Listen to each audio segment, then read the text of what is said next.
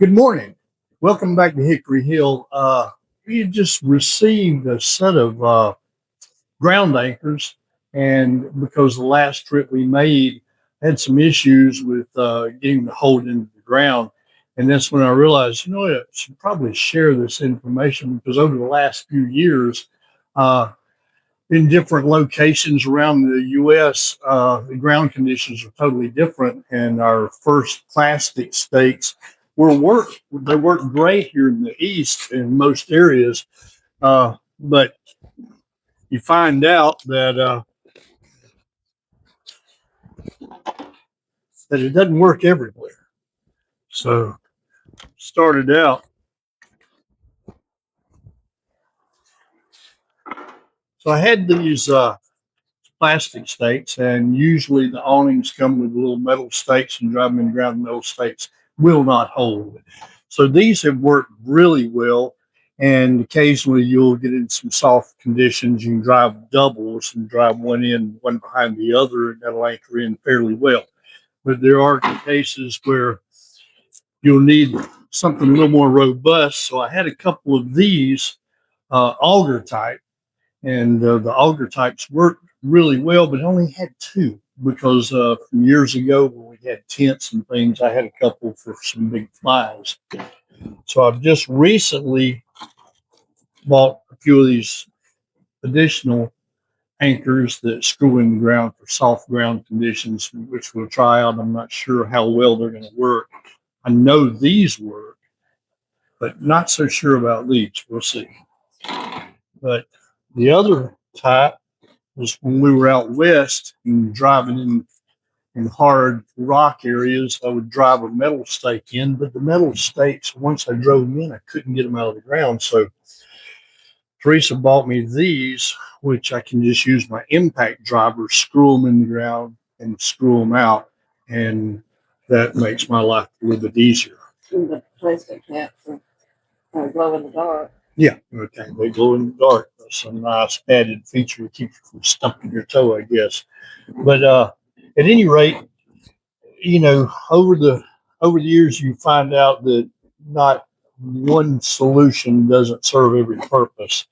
So when we were out in areas, and I use paracord for tie downs, and normally I've made these up with the little stainless steel hooks on them, and I got some 12 footers, which are indicated with a single knot on it, and 14 footers with a double knot, so I can in different locations where I have to stretch out. But okay, with the paracord tie downs that we've made up, I'll share a little the way I tie down, and I use the trucker's knot, trucker's cinch knot.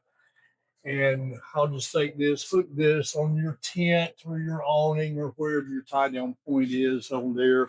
You come down through your ground stake, loop it down, then take on the cord coming down to it, make a loop in here, come back, go back through that loop, back down and make sure it's on this side where your cinch cord is. Pull this through once, pull it through twice, leave it loose, and then you can pull that in. You pull that down as tight as you want it, hold that end, pull back through, and that's a double wrap there. And then all you have to do is run 1/2 inch through here and cinch it up, and you're done. So that'll hold you tight, and you can come back and retighten it at any point. And when you're finished with it, the beauty of this knot is that all you have to do is just pull this out, and it releases. You pull that completely out, and this knot just pops right out. So you're finished with it. It makes your life easier. There's a lot of products on the market now where they have a, a a cinch mechanism that you can hook to them or buy that's already made up. Those are really nice to have, but sometimes when you don't have all of those and you just have rope, you can use any rope, any tie down, and use this method. So that's it seems to work out well. And I found out that anytime I go camping and we pull out everything, I always tie down every tie point. And the reason being, we were out in Oklahoma and a storm came up on us real sudden. Like we had 60-mile-an-hour winds, and luckily I had everything tied down.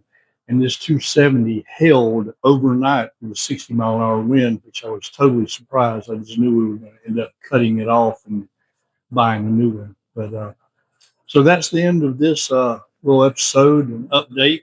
And thanks for, and don't forget to like and subscribe if you enjoy the content. Thank you.